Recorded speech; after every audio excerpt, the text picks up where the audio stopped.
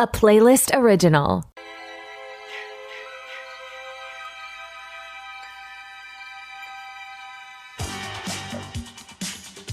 Well, a boy's best friend is his mother. Kill her, Mommy. Kill her. We'll tear your soul apart. Live or die. Make your choice. What are you waiting for, huh? What are you waiting for? I'm not even gonna swat that fly. I hope they are watching. They'll see. They'll see and they'll know. And they'll say, "Why, she wouldn't even harm a fly."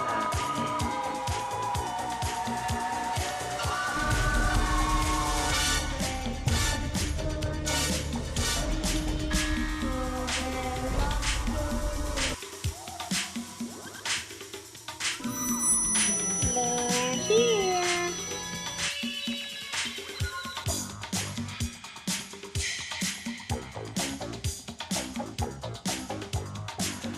I met this 6-year-old child with this blank, pale, emotionless face, the blackest eyes, the devil's eyes.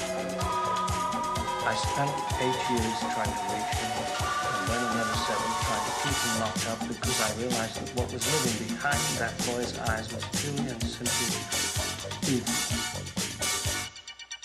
All right, hello everyone, and welcome to another episode of Back to the Blockbuster with your hosts Gaius and Jackson. Continuing spooky season, Tales of Horror, whatever you want to call it. Thank you, Playlist, for like branding it as something official. Saving us some our work. second episode, yeah, saving us some work. Our second spooky season episode of the day. We just recorded Urban Legend right before we jumped into this one, and now we have something completely different. Was this another first time watch for you? Oh, yeah. It is for myself, yes. Okay. Yeah. All right. So I love Eli Roth. So this is one of his few. I mean, I'm not that intimate with his directing filmography off the top of my head, but this is definitely, I think this is his first directorial effort, is it not?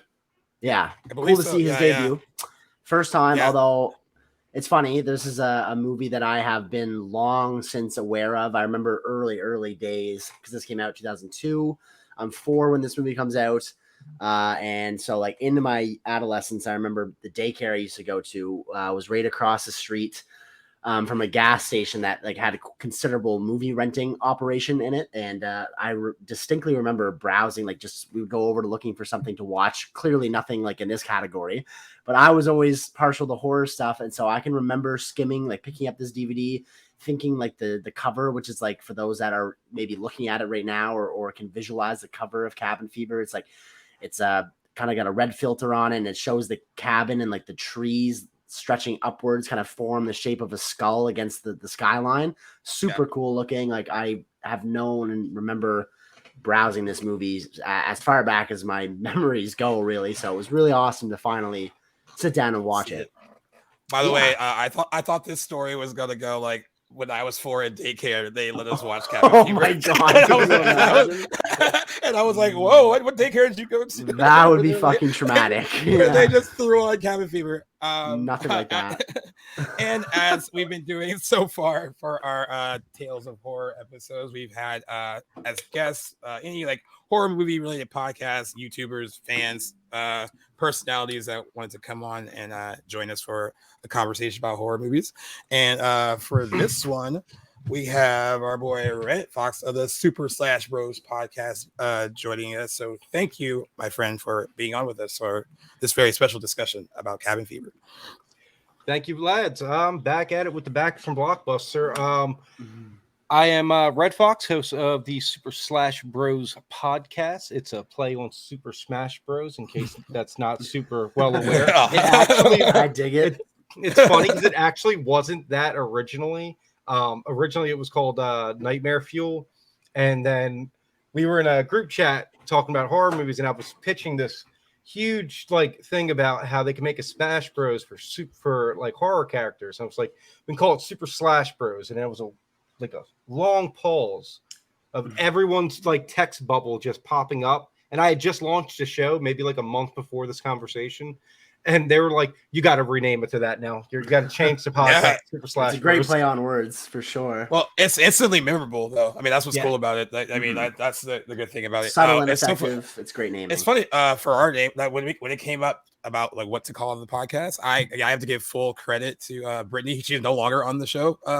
She was one of the original people that was on Back to the Blockbuster, but she was the one that came up with our name, and I still give her credit. I don't know if I heard that or not. Still give her credit for that, and she's very nice about like she's not gonna try to come and like take it back. She's like no, she's like if anything, she wasn't on the show long, but she's like I had like if I could offer up that's like nice thing that you guys have, like that's great. So like that I always think about that because everyone thinks that I came up with the name. Like nope, I think I kind of just assumed that. I don't remember if I'd heard that or not. I've not known from my memory, but great job, Brittany, because it really sticks. Yeah, it'd be kind of funny if she showed back up, like years later with her rival podcast, Home to Hollywood Video. Like a whole villain origin story happens. I would love to do an episode with Brittany actually in the event that she's listening, because I mentioned in a recent episode about how she'd reached out once I joined on and wished me well and welcomed me on board, and that was very heartfelt. And I would love to if an episode works or something maybe in the future. Would love to have her on and formally meet her. She definitely wants to, and I mean it's crazy to think because again like. Jackson has not been on since the beginning. It's been like over 8 months, but it feels like he's been on since the beginning of it. At this point, yeah, we're into our ninth together. Yeah, now. 9th month. He very much feels like the DNA of the show now. So it's not like, and it was very quick. And it's very quick. It was very like right away. It was like, he didn't feel like it. It was a very like it wasn't like a period where it was like, oh, this is awkward, like how do we figure out how to talk? We did jump right into it. It was very there was no like we had like the one where you were just like a guest and then you jumped in January, and it was that's like, equal parts you, and just the dynamic takes two, so give yourself a pat on the back. We just work well together, and the rest is history, as they say. So how did you, I mean, what was the inspiration for coming up with your podcast? So I do my main podcast called Night of Living Podcast. Started a little bit before COVID. Got big into podcasting and all that. And originally it was a horror and anime podcast. And I was like, well, this will goddamn not work. I cannot. You can't just do the two. Because then Disney Plus came out, and I started watching Gargoyles, and I was like, this doesn't fit into either the horror or the anime part. I got to change the show. So I changed the show to Night of Living Podcast, which is my mothership for our whole network. But then I was like, I started doing like more of the horror stuff. So I was like, you know what? I'll do 2 podcasts. Why not? It's like a cat. You can't just have one. You got to have 2. And then what if they get lonely? So you get a 3rd podcast. But I'm a huge horror movie fan. And I love like my view on horror movies, or I don't want to say niche, but like I like what I like with horror movies. Like I'm known for hating A24 all across Twitter. It's so fun. Dude, listen. I have people. That's a cool dynamic. Dude, I have people who I don't even know will tag my account whenever someone's talking about Midsummer just to pull me into the argument. And then I'm like, I'll drop everything. I'll pull over at a red light. I don't give a shit. I'll pull over to argue with people hate on Midsummer. Yeah, I'm like, it's the greatest thing. Like there was a trend. Yeah. There was a trend going around. It's like three of the worst horror movies you ever seen, and I just posted Midsummer 3 times, and then like people were quote tweeting me. It's like, you have no taste. So I was like, probably not. I will say a lot of A24 fans. I'm a couple groups that, because I mean there's a lot of material in there, and a lot of them are gatekeepers. Like you cannot like an A24 movie or just what they put out in general, and that's okay. A lot of them take it like a personal offense, but that is hilarious. There's something about it, like especially when it comes to horror, like you always kind of meet that person that like they make fun of that, like in Scream 5 where it's like the whole elevated horror, like it sounds very like their horror movies feel a little bit more prestige, so like people that don't really like horror movies are like, well, I like that one, like it's almost like like little kind of like that, like a little more highbrow than like the typical horror movie. So I've seen that on Twitter where like with people who talk about, because I like the A24 stuff, but I'm definitely not like a snob about it. I have seen the snobbery, full blown snobbery of it, and I would imagine seeing that snobbery would make it more fun. So you want to like make fun of it too. But Yeah. now, I And, mean, I always tell people too, though, like I let them know, like, oh, don't get me wrong, like I'm glad people love this movie, like it's great. But I don't like Ari Aster. I hate Midsommar with an absolute burning passion. My hate for Midsommar is hotter than the bear that burned in the end of it. The best way that movie could have ended is if the bear was on fire and then just went on a rampage and killed everyone on that set. That's all I needed. That's how they should have ended it. I dig your respect for the proper, I guess, pronunciation of the name. I rarely do people pronounce it as Midsommar, but I guess that would be the proper pronunciation. So that's just funny, still gives it your respect. What about Hereditary, though? What's your thoughts on that one? Have you seen? I liked Hereditary. Okay, I like some of the A24. The Invisible Man was one of my favorite films of the last 5 years. That was awesome. We're actually doing that in October. We're doing all the Universal monster movies. Except like the newer ones. So like we're doing The Invisible Man, Last Voyage of the Demeter. It's right in front of me. I don't know why I can't remember it. The Mummy with Brendan Fraser. Because no, we're keeping it classy, and we're doing the Wolfman with Benicio del Toro. I have yet to see that one. That was really good. Yeah, I got to see that. Yeah, that was solid. It was one of those movies I forgot existed. Like you just mentioned that, I was like, oh yeah. Yeah, and Anthony Hopkins is in that too. And Emily Blunt. Isn't Emily Blunt in that movie too? Oh, I didn't know. I believe so. Yeah. So yeah, it's been on my list. Pretty top-notch cast. I always forget about it though. And we have a Wolfman in development with Ryan Gosling attached too, which is awesome. That's true. Yeah, I'm really excited for that. That's everything I need out of my life. There you go. Like you're a big horror movie fan. I mean, I know this is a loaded question when you're a horror movie fan, but I don't want to say like what's your favorite one, but what are some that kind of really give us a few. Give us a few. Fan. All right, it's hard. All right, so check it out. The Strangers, one of my favorite horror movies of all time. The first one, the second one, I have a weird Schadenfreude love for. Like it's not so bad that it's good, but there's good in it. I agree with that. Very excited for the new trilogy that they're doing, especially because it's not erasing the universe. It's kind of doing what Evil Dead 2 did to Evil Dead 1, where it's like some of this movie never happened. It really picks up. Okay. Like they're doing that. We were getting more of that. But The Strangers, absolutely love it. Halloween is one of my all-time favorite movies. The original one is perfection.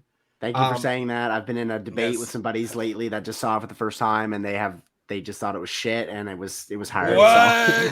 Please let them know I said they're wrong. Okay. Also, I should probably tell you those aren't your friends. They don't want what's best for you. That's right. We had a big old discussion. It was good movie talk, but yeah. I just when somebody reiterates how good that movie is, it helps me inside. So thank you. Yeah, Halloween. One of my absolute favorites, The Strangers. I always consider Jurassic Park as a horror movie, so I'm just going to throw that in there. Fair enough. There's some scary stuff in it for sure. There's some scenes that are definitely the Velociraptors. Yeah, is basically like a horror movie scene in itself. Yeah, love Jurassic Park. Hey, if Jaws can be considered a horror movie, so can Jurassic Park. All right, there we go. I will take that. I love that.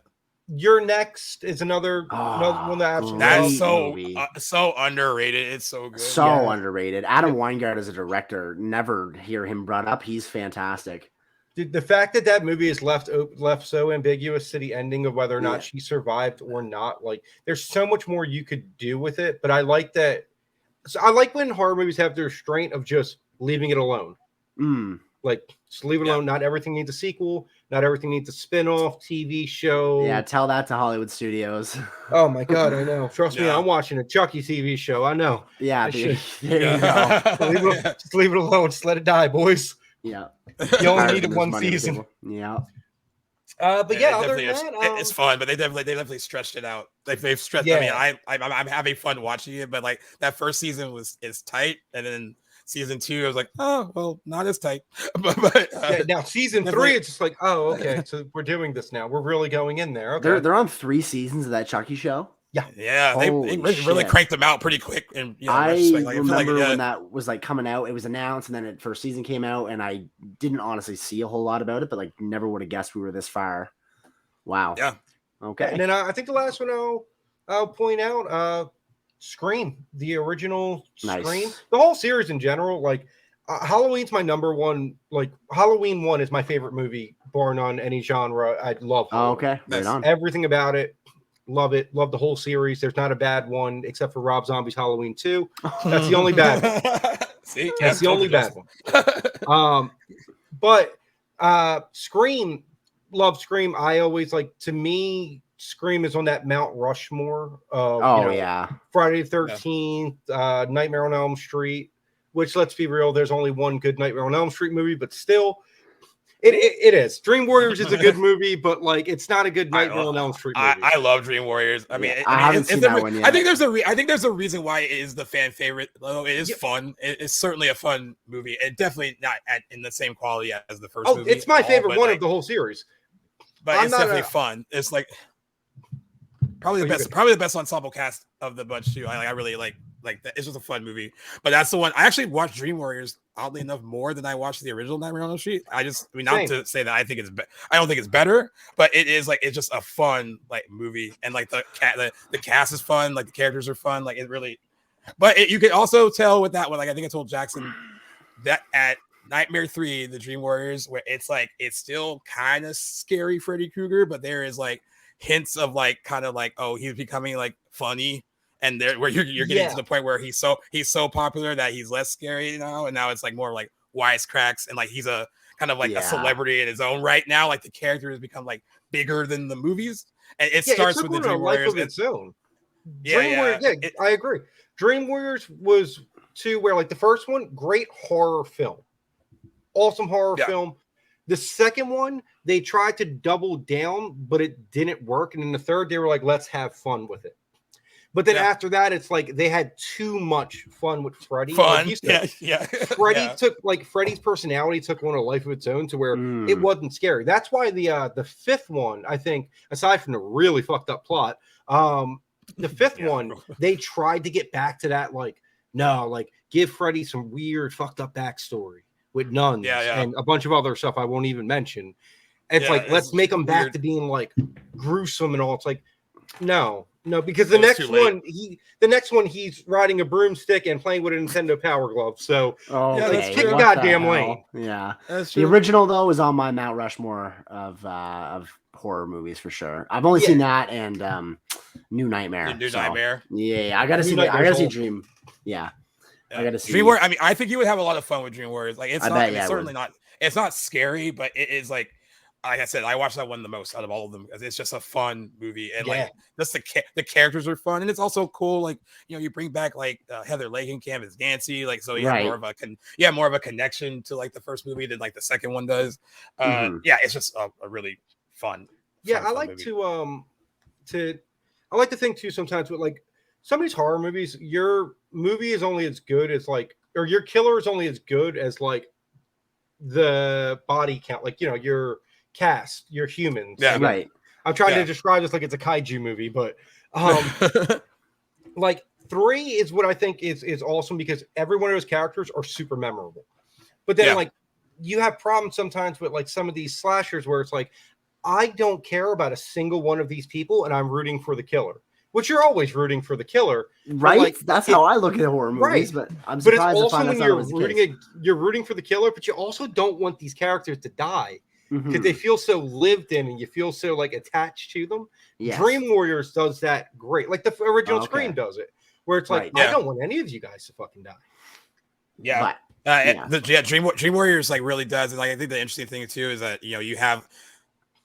You're right. I didn't want any one of those characters to die in Dream Warriors because they were all very likable and then of course like they're in this situation where like everyone thinks they're crazy and they're like, you know, basically like medicated. They know they've been having these nightmares about the same person and like no one's believing them, and like so there's like that whole aspect of it where it's like it's kind of sad and complex too. It's not like there's a lot going on with those characters, and then of course they have to like band together, like they kind of find strength in like finding like become the Dream Warriors. Their dream powers and all that stuff. It sounds cheesy, but like it's kind of like I gotta see this. It's like Oh, it really so it really is like the character building in it is like so much better than I think people probably give it credit for. Like it really like everyone, every single person in that movie is likable, and you don't want them to die.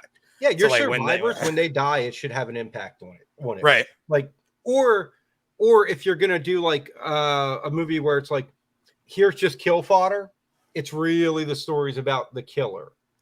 Right. Like just as, like an example that I always use with that is the Friday the 13th remake. Like that has one of like the best cold opens ever because it's like holy shit, the whole goddamn movie. Cold open is right. Yeah, I want to rewatch that just for the first 15 minutes. It's so good, but even there, you're like, I like some of these people. I don't want them to die. It's like, oh no, they're all dying. They're all dying violently. My love for that first like 15 minutes. I remember when we saw that in the theaters. I was like, all right, we're in for something really good. And then after that 15 minutes, I was like, what the fuck happened to the movie? Did like someone else step in and direct it? Like that momentum of that opening, like no matter how much I don't really love the remake, like the first 15 minutes that's a solid short film. Like right there. Like, exactly.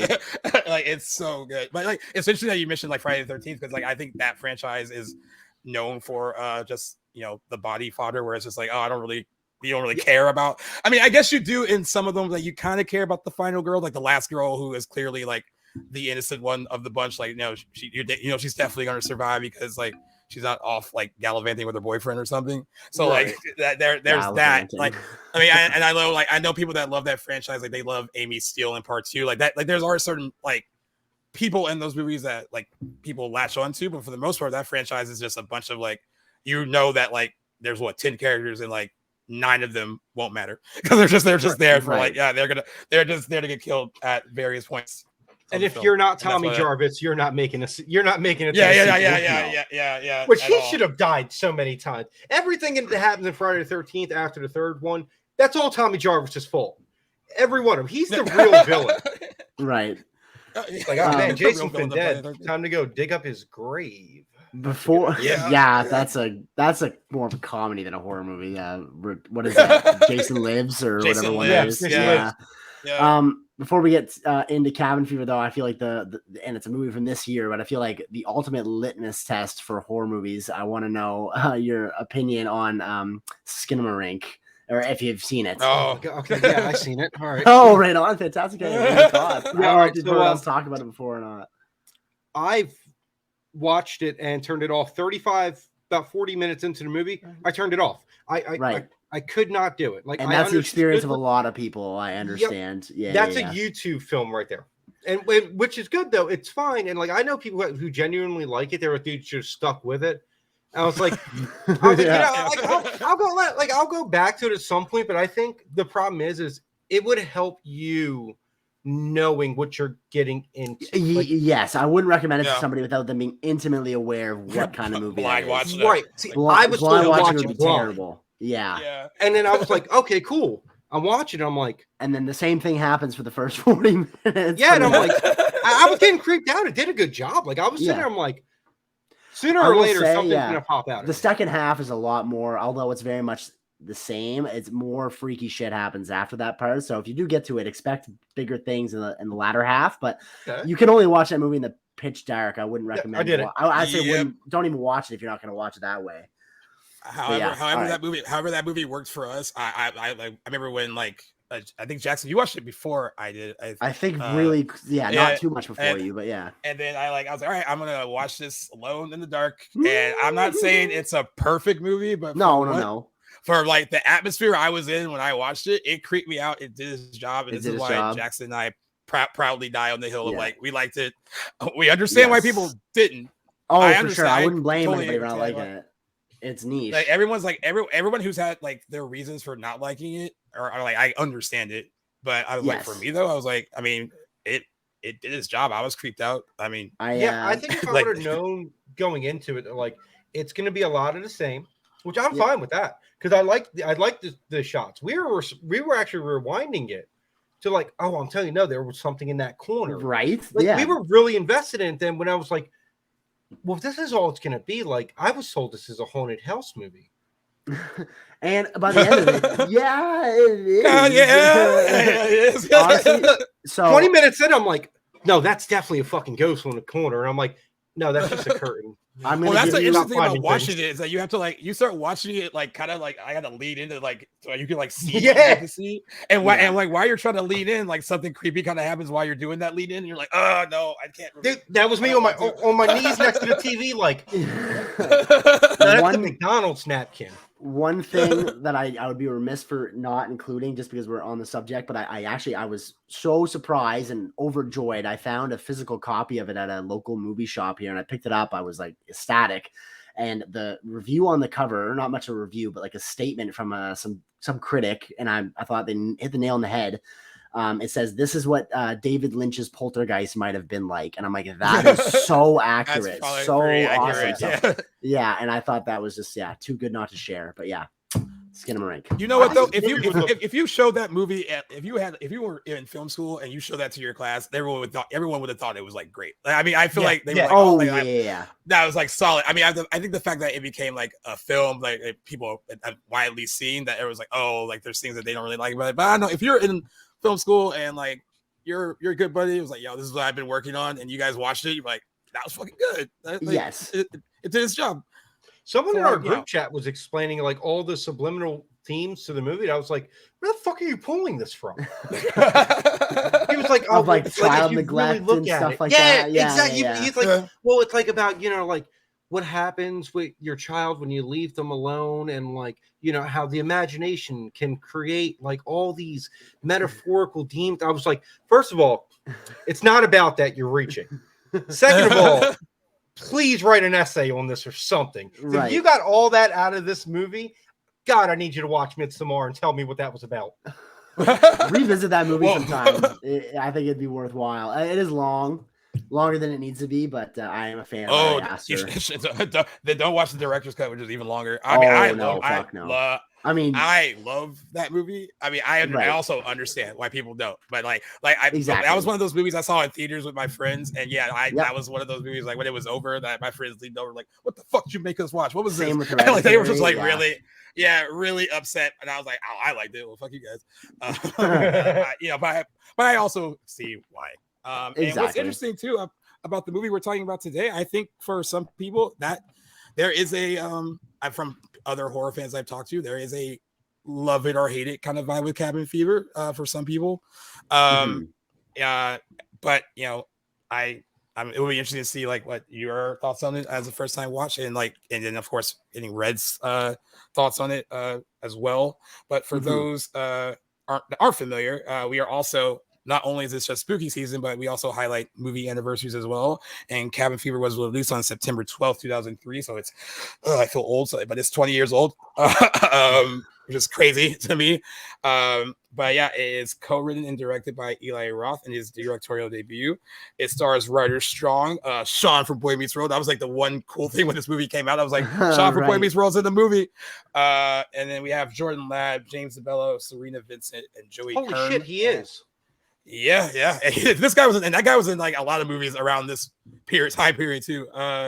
And the story follows a group of college graduates who rent a cabin in the woods and begin to fall victim to a flesh-eating virus. The interesting thing about Cabin Fever is out of 347 films that were screened at the Toronto Film Festival, this one was screened last, but it ended up selling the most. It was a 9 people were interested in getting it. It was a bidding war, and it's funny. They said that most of the studios that were bidding for it after they saw it they actually passed it up during the script phase, where it was like it was sent to them and they're like, no, this isn't good. And then they saw it and then they wanted it. But Lionsgate was the one that ended up getting it. That is so interesting to me. It kind of made Eli Roth like this new big thing in horror. Whether or not you think he's lived up to that, like we can talk about a little bit too. A little hit or miss. Yeah, I agree. But yeah. You know when you've known someone who just want to kiss them? Stay. I feel nauseous. Can you help me? You don't look so hot. Is it safe? He's all sick. She's not coming near me. You guys. I don't want to get sick. I don't want any of us getting sick. I can see we get out of here right now. Cabin Fever. Rated R. Catch it September 12th. But yeah, Jackson, another first time watch, much like Urban Legend from our episode we did earlier. Right. What were your thoughts on Cabin Fever after you finished it? Well, I had a double feature yesterday of this and like the first 3/4 of Urban Legend, which is fun to do. I don't often make the time to do a double feature, but it's easier to do with horror because both of these movies are like in the hour 30, hour 40 range. So it was fine. Sweet spot. Exactly. The sweet spot. And it is all in the 30 or so hours since I have watched this. In my opinion has already fluctuated. I gotta say I was kind of burdened by my own expectations, which is something I generally try to avoid when watching a movie. It's like movie going 101, especially with something like this old that you haven't seen before. It's one thing to have expectations when you see the trailer of something that's coming out imminently, if it's being sold to you as something, but this movie is 20 years old now. I don't know why I tried to like think I knew what it was going in. I was expecting a straight up horror fest, which there are elements of in there. And I love how it pays homage to probably some of the inspirations to Eli Roth. But that being said, I walked away from this movie. It was more of a horror comedy, like very leaning into the comedy aspects. That throws me for a loop sometimes when I'm not expecting it. Because again, I like horror to be horror. That's not to say I don't like horror comedies. Like that being said, like this is clearly derived from Evil Dead in a lot of ways, and that is like the horror comedy series of all time.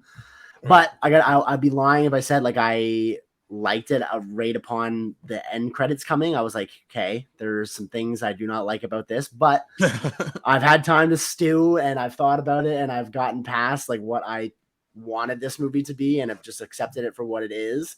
And I'm a little bit more okay with it than I was when I finished it yesterday. I've come to appreciate some of the elements of it. There were some laugh out loud parts for me, which was great.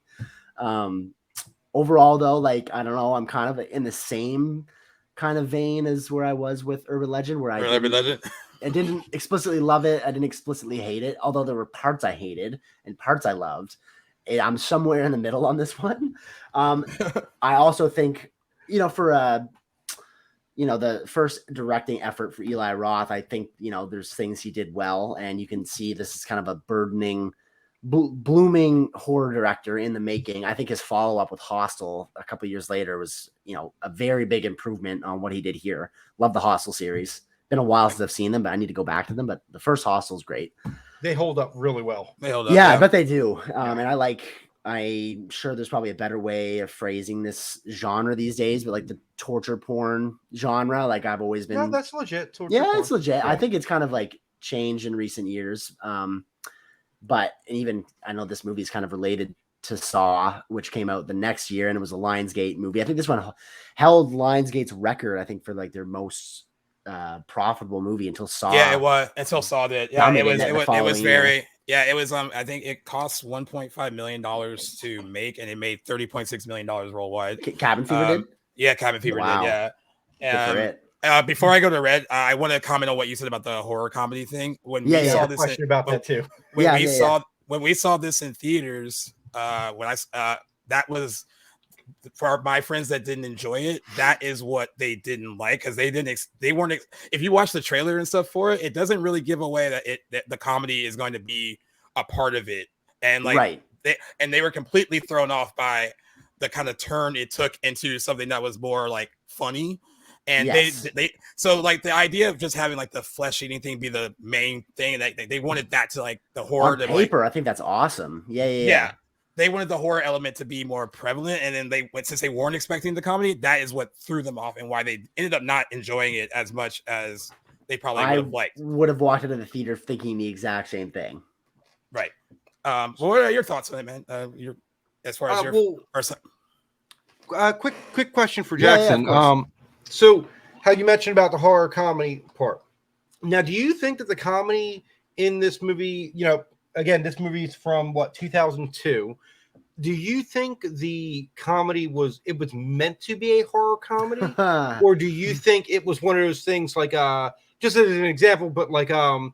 Night Shyamalan tends to do this sometimes where years later, like with The Happening, he's like, really, it was more of a horror comedy. No, it wasn't. It was not. It was not. Your dialogue, it just sometimes comes off way too funny. The Happening is a movie that is so bad it's funny, and whereas this movie I think leans into it. Movie. There's probably seen it in parts of this movie. theaters twice. The Happening, I still haven't seen it, but I've watched in-depth videos please on do. it. I know I really want to. Oh, The premise alone, I remember the treat trailers yourself. were coming out back in the day, and I was like, that looks like a wicked horror movie. And I just never got around to seeing it. And then years later, I found out how bad it was, so I've stayed away. But side note, I'll probably check it out sometime for a comedy. But with Cabin Fever, yeah, there's parts that I thought maybe they were trying to be scary that I thought were just funny. But I think it definitely is trying to be that. Eli Roth, just knowing what kind of filmmaker he is, like I think he was kind of leaning into that. What was I going to say? But yeah, so Gaius, maybe you could shed some insight. So did this have like a limited release in 2002? Because on IMDb, that's when it's showing. Yeah, so it had like, so it premiered at the Toronto Film Festival in 2002, and then it was released wide in 2003 on September. I see. 12th. Okay. Yeah, sounds about right. So and like honestly, like the cool thing about like however you might feel about it as a film, how it got, like we said, like we mentioned, like it was screened last. It wasn't, out of competition, but it was screened last at that Toronto Film Festival that year. He had barely scrapped enough money by it to even like finish, like, getting it done. Right. And like he was really discouraged. Like no one wanted it. And like it seemed like it was going to go nowhere. And then like the guy who was running like the Midnight Madness portion of the Toronto Film Festival saw some of it and was like, this is perfect for us, but we're gonna put it here. It was like really a last minute, like, all right, you're part of the festival, but it's last. And he thought, well, a few people will probably see it there, and then it'll probably die there. Like he didn't, and he was rejected so many times by like when he tried to sell it, right? But then like the people saw it, and I guess maybe like visually, like maybe certain things didn't translate on the page, like for people who were reading it and like passed on it. But like apparently what they saw, they were like, the fact that it was screened last and it ended up being like the top seller from the festival. It's an underdog story. A very true underdog story. And then you're a first time, like this is your first movie. And then Peter Jackson sees it. Yes, I read this. And then like he's like filming like Return of the King, and he makes it the entire cast and crew watch Cabin Fever because he thinks it's amazing. Yeah, multiple times, I think. Multiple times. I'm like, what? Yeah. And hilarious. Then he got the seal of approval by having Peter Jackson's like quote about the movie being in all the TV spots like before the movie came out. I think this was probably really reminiscent of Peter Jackson's earlier work because he got his start in like gory horror, right? Like Brain Dead and whatnot. So I can see why he loves this. I think it's hilarious that while making the third Lord of the Rings movie, he's like, yeah, guys, by the way, we're watching Cabin Fever, all the whole set. Like, hilarious. Like, okay. Yeah. And then damn well he tried to put some Cabin Fever stuff inside of Lord of the Rings. But what if Frodo had a flesh-eating virus? Peter, rein it back in. Rein it back in. We're not doing that. We're here to make a masterpiece. And then Tarantino was another early supporter of Cabin Fever as well. This must be where their relationship with the world. So like, that's awesome. I think you've noticed sometimes like over the years that you probably seen it too. Like there will be like a horror movie like this, and there's like this like kind of hot new writer director. It's like, oh, this is like a really exciting idea, and like this person's going to be like the next big thing in horror. And that's how, when they were promoting Cabin Fever, it wasn't just promoting Cabin Fever, they were also really promoting Eli Roth. And that was like the sell for it too. It was like, hey, this new voice in horror, like you need to pay attention to him. Like in recent years, you always hear Eli Roth is attached to something. It's from horror mastermind Eli Roth. Yeah. And like, to get that out of the gate, no matter, I mean, whatever your feelings on the movie are overall, I mean, like, it's a good start. If you're for sure. As a actually before I get my Scott Snyder started off with Dawn of the Dead's remake. I mean, sure. Red, what are your overall thoughts of the movie as a whole? Like Cliff Notes version of it. As a whole, I love this movie. I just learned a few months ago actually that which is funny because when you invited me on for when you told me about doing Cabin Fever, I was like, yes, because we were just talking about this in the group chat. I didn't know there's a remake of this. 1, 2, this movie's awesome. Like I had the DVD actually conveniently from Blockbuster. Nice. I bought this DVD for this, and we used to watch this shit all the time. I don't know what it was. Maybe because I was young, there was a bunch of nudity in it. So I'm like, obviously, like, no, mom, it's an intellectual piece, and like I'm learning about science here. It's But, a product of its time in that regard. Yeah. Like but some of the dialogue in this movie did not age well. There's some questionable stuff. Very early on in the Yeah. movie, I'm like, man, what the fuck? What's wild is there's some questionable yet progressive things in this movie that, like, some of it didn't age well. Others, I'm like, huh, okay, so we were doing that back then. Cool. Yeah. Younger me didn't realize that. It's crazy though. Like, I watched and it hits completely different. This was the first movie, the first week of the COVID lockdown that I watched, because I was like, we're not going, I can't go out. So like on that so I was like, you know what? This is what I thought. I was like, it would be fun to watch, because everyone was watching stuff like Contagion, and like, all right, I'll watch. I watched Contagion. Same. Awesome. Same. I was that movie I kept scrolling past. Yeah. So I watched Cabin Fever in the early part of the whole pandemic shutdown. It hit a lot differently. It aged well in certain regards, where like it really could speak on like kind of what was going on in the world, like at the start of that, and like the kind of like when people get sick, and like kind of like what you kind of people turn on each other, and like I can't be around you, like that kind of thing, that's always been the most interesting thing to me about Cabin Fever, is that you have these friends who are super close, and then like of course this thing like I don't want any of us getting sick, you're sick, I need to stay away from you, like the kind of like the hate that they build with each other, because they're just so like I can't be around you, like when the blonde Jordan Ladd's character, when they realize that she has it, and it's James Bell's character that's the one that's like, everyone get the fuck away from her, like he's just really like instantly, it's like no, this girl is not our friend anymore. Like we don't care, like she has to stay in this room locked up. But I guess it kind of like some people would if react that way, maybe if like and like you felt the walls were closing in on you a bit.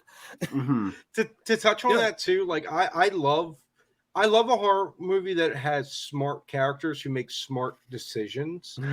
And like, yes, that's a very realistic like response to that kind of shit. But like, it's also a smart decision. Like I forget the actor's name, the one character, the main guy from Saved by the Bell, Paul. Like him being all up on these people who you are knowingly know that they're infected, but then you got the other characters that are like, no, we have to like stay away from one another, like we like it's not a smart move to be condemn everyone just because one person's sick. Like when they isolate her, I'm like, that's a great move. But then he slept with the other girl who is clearly already infected. I'm like, you're an idiot. But you're all judging this guy who decided to leave and go hide in a cave. But he's right, because you know what, the cave doesn't have germs, you people do.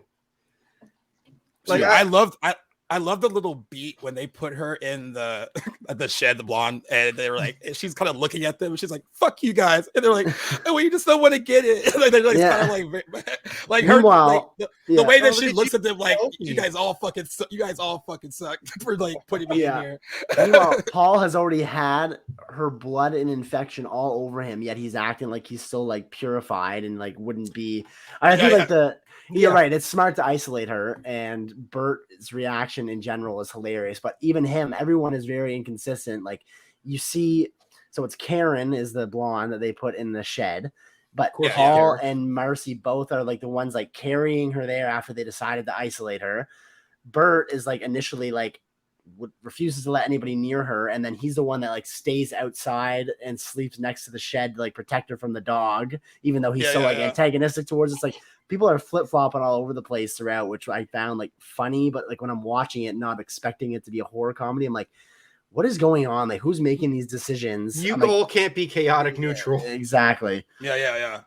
I love the scene where it's funny if you listen to the audio commentary on Cabin Fever, Eli Roth, the whole scene where Ryder Strong's character is like about to hook up with Karen. He labeled that scene like the fake finger bang misfire, because that's what you think is going on, and that's what he thinks that's what he thinks he's doing. And then it's so gross when you realize like, no, you've just been like fingering your fucking wound the entire time. Was so like, dude, even aside from like the misfire there in the wound, like that whole scene I'm watching, I was like, and it's the first time I've watched this movie in like a good 10 years, and I was like watching it this morning, I was like, you know, something about this isn't right. Maybe it's the fact that she's like half asleep right now. That was another thing. I was like, there's no sort of consent here. Going over here, like, yeah. No, that was gross. So he had that shit coming. Yeah, that's right. He had that shit coming. He's like busy for a minute or so before you start like the sound effect. You know what I'm talking about. Really starts to ramp up. I'm like, I know that's not what we are thinking it is. You like by the time it's so aggressive at the end where you know what's gonna happen when he pulls his hand out, but it's like, oh, it was so uncomfortable to watch. So props to it, and that for that scene alone was very gross.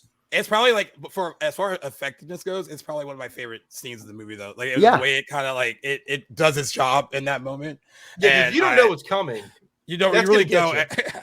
And like I distinctly remember my friend Shannon when we saw it in theaters when like he pulled his hand out and she couldn't even help it. She was just like, "Oh my god!" like, out loud, and we just started laughing. And, like whole theater started laughing because like you really do think it's something else, and you're like, "Oh, like you put your all that together in your brain, and like that's so disgusting."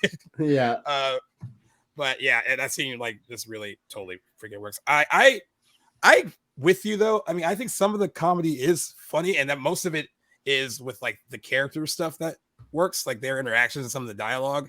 But I too was thrown off by when I first saw it, that it was heavy on the comedy when we saw it in theaters.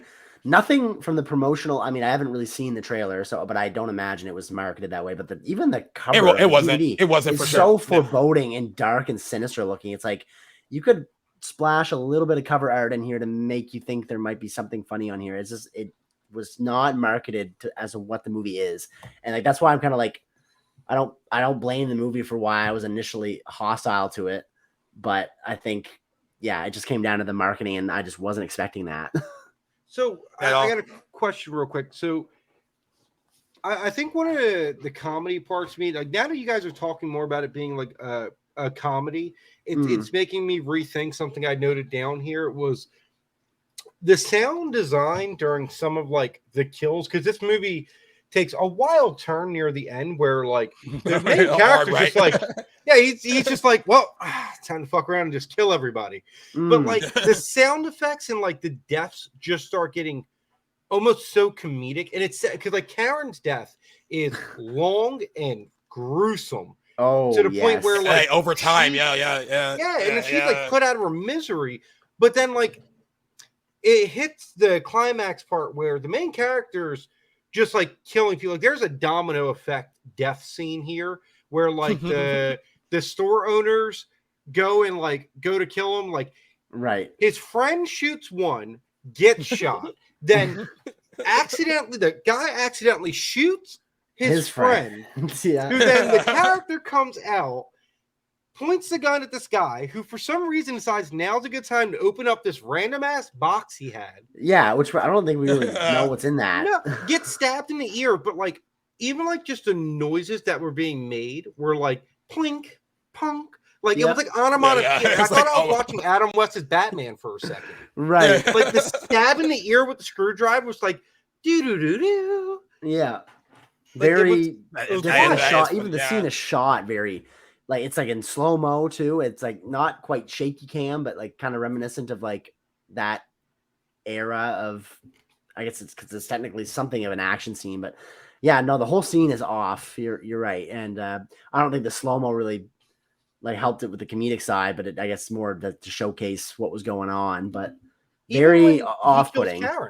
Like when he kills Karen, the sound effect that it makes when he's like, which I don't know where the hell he got that pickaxe from, but he just, he spawned a pickaxe because it's early 2000s horror and you could do that.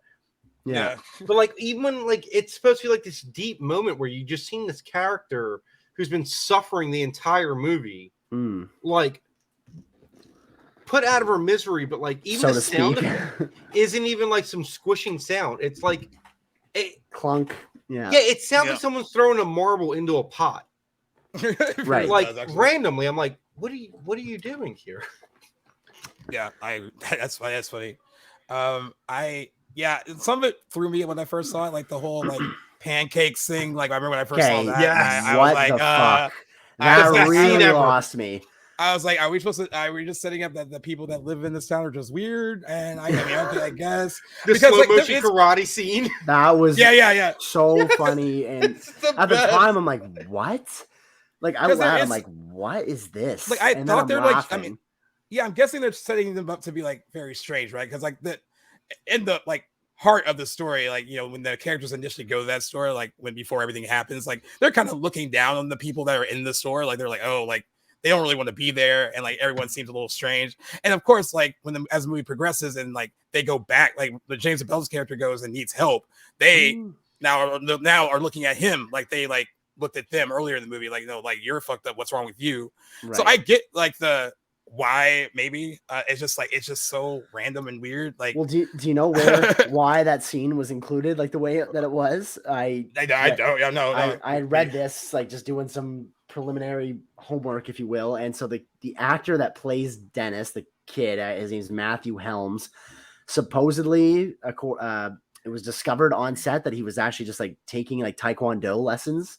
And Eli Roth just kind of gave him a moment to shine, just to show off like what he was capable of. So I think that's him doing that karate, like Taekwondo stuff, martial just arts. weird, just like throw it in and there. He is like pretty acrobatic. Like he's almost like upside down in one part, but I'm pretty sure that is the kid doing it himself, according to like IMDb trivia anyway, which is like kind of funny and like cool that Eli Roth gave him the moment to showcase that. I think it was kind of like a improv sort of like on the fly writing, but just a completely random scene. And it was kind of at that point I'm like, okay, this is clearly not just a straight up horror movie. That was like the tide was turning a little bit for me. Yeah. It's funny you mentioned it because I don't know why this popped right in my head when you mentioned about how like Eli Roth like heard about this and was like, yeah, no, go ahead and show us your skills, kid. Yeah. It reminded me of Wes Craven, like the backstage stories that you hear about like the filming of the Scream movies increasingly get more ridiculous. Okay. It's like Wes Craven with I forget his name, the guy who plays Cotton Weary. Leaf Schreiber. Oh, Leaf Schreiber. Yeah. Did you ever hear about how they had him? Liv Schreiber asked, "Hey Wes, could you put my dog in the movie?" And he was like, "Yeah, sure." Okay. So they reshot the scene in Scream 2 where the sorority girl gets thrown out the window. Oh, Sam, and that dog there in the scene is Liev Schreiber's dog. Okay. They reshot the scene just because like he asked Wes Craven, "Hey, can you put my dog in the film?" That's quite extravagant. Like you'd think that they would just throw it in like a scene that hadn't been shot yet. That's pretty funny. Dude, it's awesome. It's awesome too, though, because like then I think about like Eli Roth. Like I think it's fun when directors do shit like that. Oh, I agree too. Why not? You know, this scene was just way more crazy than you typically find in a horror movie. Yes. Like, the whole pancakes scene. It's funny because I imagine anybody that's seen this movie, you would say the pancake scene, and everyone knows what you're talking about. The minute I posted this on Twitter about it, they were like pancakes. Yeah, exactly. And it's it's either a good or bad reaction where someone's like, "Oh yeah, that was so fun," and then the other people are like, "No, that it was weird." And I thought it was ridiculous, but like in hindsight, it's funny. And like if I see this again in the future, I'll probably look forward to that scene just to see it again. But like, I'm kind of like, what the fuck did I just watch when that came on? Yeah, the fact that he bit two people in one movie is just ridiculous. That's and like right. I do. Did you guys catch the joke though in the beginning when he tells? After the one kid the one guy gets bit, and he's like, they should put like a sign up or something, man. Yes. Later on in the movie, there's a sign saying, "Please don't sit next to Dylan." Yeah, that is funny. So there's like there's stuff about it that works. Like some of the comedy does really work. That shit was hilarious. There is another little side note while we're talking about the kid. I didn't notice this at first. Obviously, I noticed the rap. You guys know what I mean? Like when Paul is getting wheeled through the hospital near the end and he's looking through the rooms and there's that very obvious Shining reference where he looks in the one room and there's a man in the bunny costume. I didn't notice what he was doing, but he's like offering pancakes to Dennis, the kid in the hospital bed. So that was kind of cool too. Random. Yeah, I didn't notice what he was doing. Just you focus on the rabbit costume for the second you get to see it, but that's what he's doing. Yeah. Funny. Eli Roth being like, "There's a method to all my madness. Just pay attention." Yes. For Jackson, for the stuff that was more horror centric, did that stuff work for you though? Like the body horror.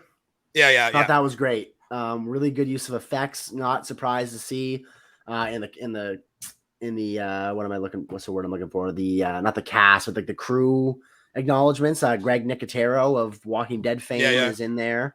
Yep. Really, not surprised, but like I saw his name, I was like, okay, that makes sense. That's why the gore in this movie is so good. And for what'd you say, $1.5 million budget? Like that's 1.5. Damn, like dollars well spent. Other than that, like, yeah, I was grossed out in that kind of way. Like the horror got to me, if you will. There's nothing in this like I would say would like scared me. Like there's a couple like jump scares, I guess you can see that come from at least half a mile away, if not quite the full mile. But nothing really like that in the traditional sense scared me. But like the disease parts and like the gore, I was satisfied with that because it's 18A. So I have no complaints with that. That's Jackson's wheelhouse. So you'll learn, like, listening to any horror related stuff we talk about. If we happen to talk about, like, when we were doing Halloween H2O, like, that was one of the things he pointed out. He's like, that movie is very tame, but like too tame. Like Jackson needs like blood and intestines falling out. I love that. Even though like I know the first Halloween has literally no gore in it, but I love that movie. So you know, it's some movies more than others need it, but this movie is definitely satisfying in the gore. That being said, it's still inconsistent, which isn't not much of a complaint. If you're looking, if continuity is the thing that you really need to have, you know, working for you to enjoy a movie, like there's many scenes, but if you look at the Jeep, remember when the first sick guy is throwing up all over the Jeep? Oh, the truck. Yeah. Like if you get a couple shots of that truck later, and it's literally doused in fake blood, like all on the outside where he was not even close to it. It's like they filmed that scene, and then Eli Roth's, okay, whatever fake blood we have left, just throw it on the Jeep. Throw it on the Jeep. We can't take it with us, man. Just throw it. Exactly. Which I mean is, you know, that logic actually makes complete sense. The scene when Marcy is shaving her legs in the tub, which is that was a bad one. But then you see the tub later. I think when Jeff is kind of going through the cabin and looking through, and that tub is literally a literal bloodbath. There's so much gore all over it, where it wasn't before. So yeah, I can appreciate that though, where like they really didn't hold back on the gore effects. Like that satisfied me as a horror viewer for sure.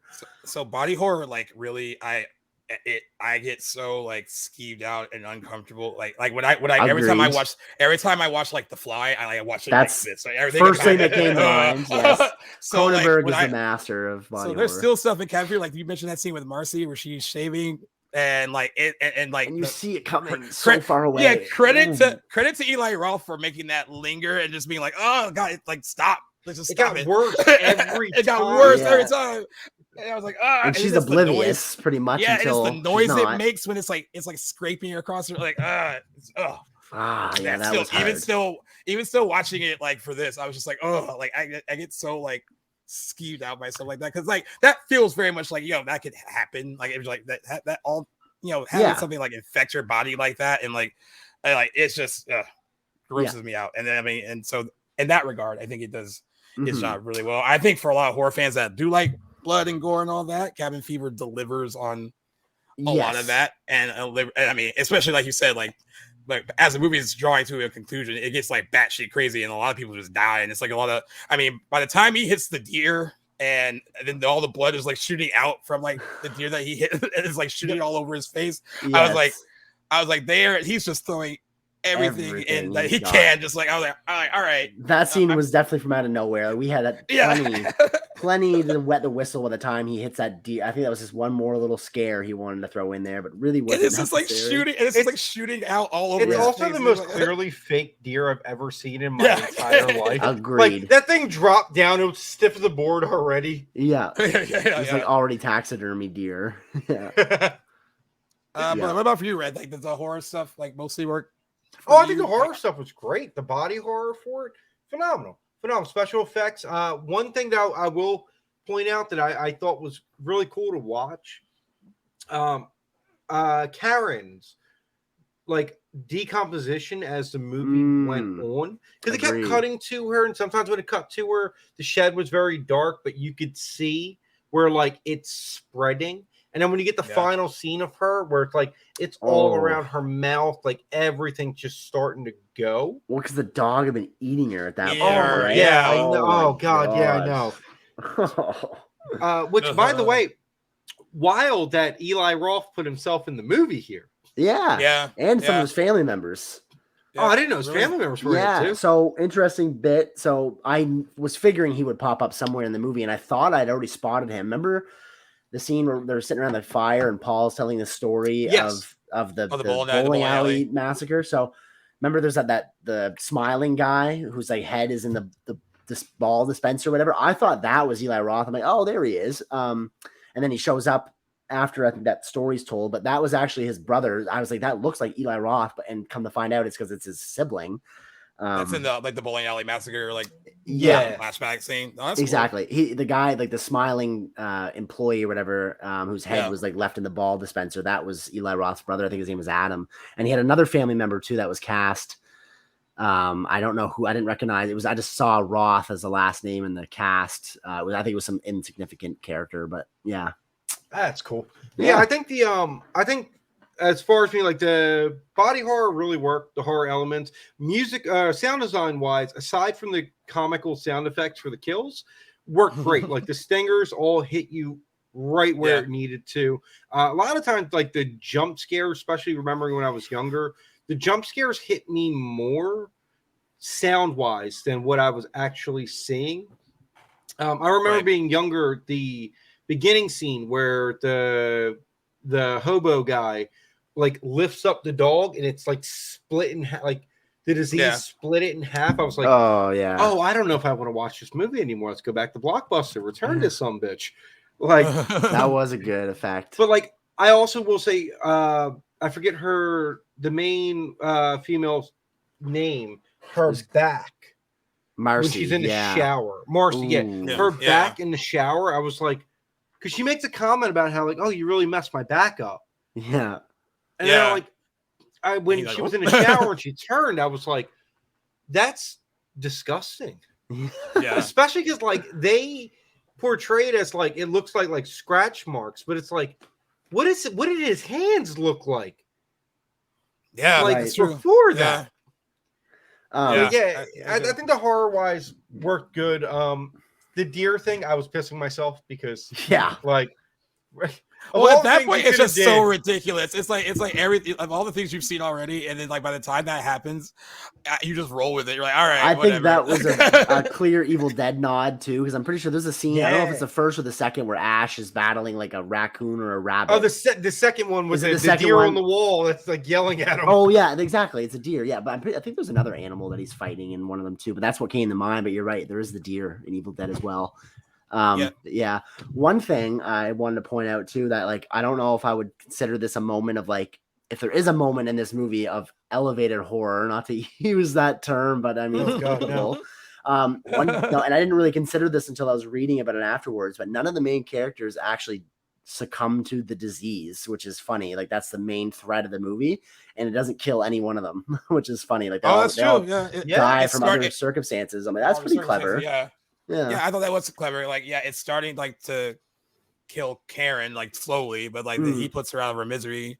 Marcy gets eaten by the dog, which we don't see. Which we don't see. Oh, there Jackson's like, I want to see you eaten by the dog. We just see her foot like on the ground. Like, okay, dude, that is crazy. I didn't think about that. That's the one thing that they're afraid of getting. Like the one obnoxious dude, didn't Bert? How did Bert die? Because they find him face down in the water. I think that's Paul. Oh, that is Paul. That is it Paul? Okay, because you don't see his face. I'm just assuming because he was. I think they just dump him out of the hospital. I can't remember how Bert dies now that I'm thinking about it though. I think they ended up shooting him in the head, right? Like he's sitting in the chair like when they open. They blow his head right off. Yeah, exactly. Head off. Yeah. Sacrifice yourself so I can kill these people in comedical ways. Exactly. Yeah, we haven't really talked about it, but I do like that they set up very early on that Joey Kern, the guy who that plays Jeff, that he's a germaphobe, and I do also love that. I mean, this is like it again. It's funny that he thinks he's made it through this whole thing, and he's like basically celebrating, like he's still alive. He's still alive, and then gets lit up, gunned down, like a hail of gunfire. And I was like, that was hilarious. I remember like the whole theater like cracking up. It is just so like it's unexpected, and it was hilarious because I was like, he was the. I mean, we were talking about like likable characters in movies like this. I guess Paul is likable. I mean, and for the most part, but a lot of the characters in the movie aren't really that I would want to hang out with them. No. I like Karen is like the most innocent, like the one you could root for, and she gets the shittiest end of the stick. Really, yeah, she does. Yeah, which is sad. Yeah. But seeing someone that as douchey as Jeff was, like if that's how he has to go in the movie, I was like, all right, I'm here for it. That was fun. It was just it's hilarious how it happened. He kind of has like the best fate, if you will. Like he's over for him quickly. He doesn't really get infected at all. So good for him. He had a good run. It sucks though to have he tried escape to torn right from his grasp, which sucks. But the character of Bert like had me in stitches numerous times. Like he was so over the top, douchey, misogynistic, like hilarious. Like he has this one line. I wish I could remember. I think he's saying it to Marcy.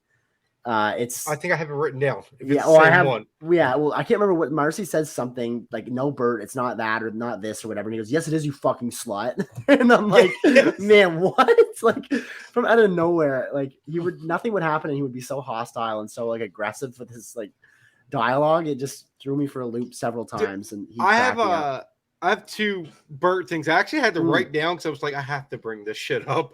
One is in the beginning after the one guy got bit. And Bert just looks at the kid. He's like, "A cute kid." Yeah, that's his wife. So earnestly was like, "Cute kid." Yeah. And then the other one was after I forget the bystander's name that he shoots in the woods with what can only be described as like the AK-47 of BB guns, because that shit is so. I think he was mistaken. Yeah, that is not a BB gun. It's not at all. But when the guy comes knocking at the door, who's originally sick, the one who essentially infects them all, right? When he comes in, he's like, "Don't let him in here." He's like, "He might touch your soup or your douche." Yeah. Douche. Yes, that was hilarious. I was like, "What the fuck did he just say?" And I gotta write that down real quick. Most of his dialogue had me wondering what the fuck he just said. Bert was like a character in his own. He cracked me up. There was one where I felt bad laughing because it's really. I mean, this is also a product of like people throwing around the term gay a lot in movies like this and like not really as a consequence. But it's when like Karen's looking at her, she's like, "Bert, what the hell is that?" He's like, "Huh? Well, I'm gonna go shoot some squirrels." She's like, "Why would you want to kill squirrels?" He's like, "Cause they're gay." And it's just like it's just the delivery of it. Like I felt bad laughing. No, like, I know in hindsight, but at the time, like they say they do one of those too with the main character in the I think Marcy, where she's like swimming in the water, and he's like, "Yeah, like I was just wondering, like, we never explicitly said we were going to hook up." She's like, "Don't be gay." Oh yeah, I'm sorry. He's talking about hooking up with you. What? Yeah, actually, I forgot on the button of the scroll thing is that she also says, "Bert, don't be a fucking retard." And he's like, "I'm kidding. I don't care if they're gay or straight. I'll kill them either way." It's just that was awesome too. Like those lines, as as much as I would not say that in today's context, like, they had me laughing my ass off when I'm watching the movie. Yeah, I was dying. It was like his delivery was just so like, how you can just put a button on a line and that's what it was. Yes, very early on in this movie does it show how much of a product of its time it was. The script, more so than anything else, was very much, it had some stuff in there you just don't get away with now, for good reason. But I'm trying to figure out how to. Okay, I'm not going to say the word, but I want to know what you guys thought of like just the inclusion of this. My jaw dropped. I know where you're going. Or if they're supposed to set up like what these people are like in this town, and then Paul's like, "Oh, what's the fox you're in for?" And he's like, "Oh, that's for foxes." And he's like, "Well, what's the rifle for?" And of course he says, "That's for inwards, whatever." Right? And I remember when the theater, everyone was like, "Oh, why?" It was like, "Whoa," but I mean, I guess it's supposed to somehow like kind of like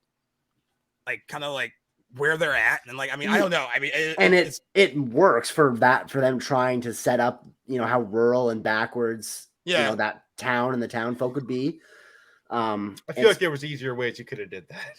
You did not have to go. You did not have to drop that, but that being said, it paints that picture without you cannot interpret that any other way. But yeah, I did not see that coming, and my banjos would have interpreted that. There you go. The kid should have been playing a banjo. We would have been a Deliverance reference. I would have loved that.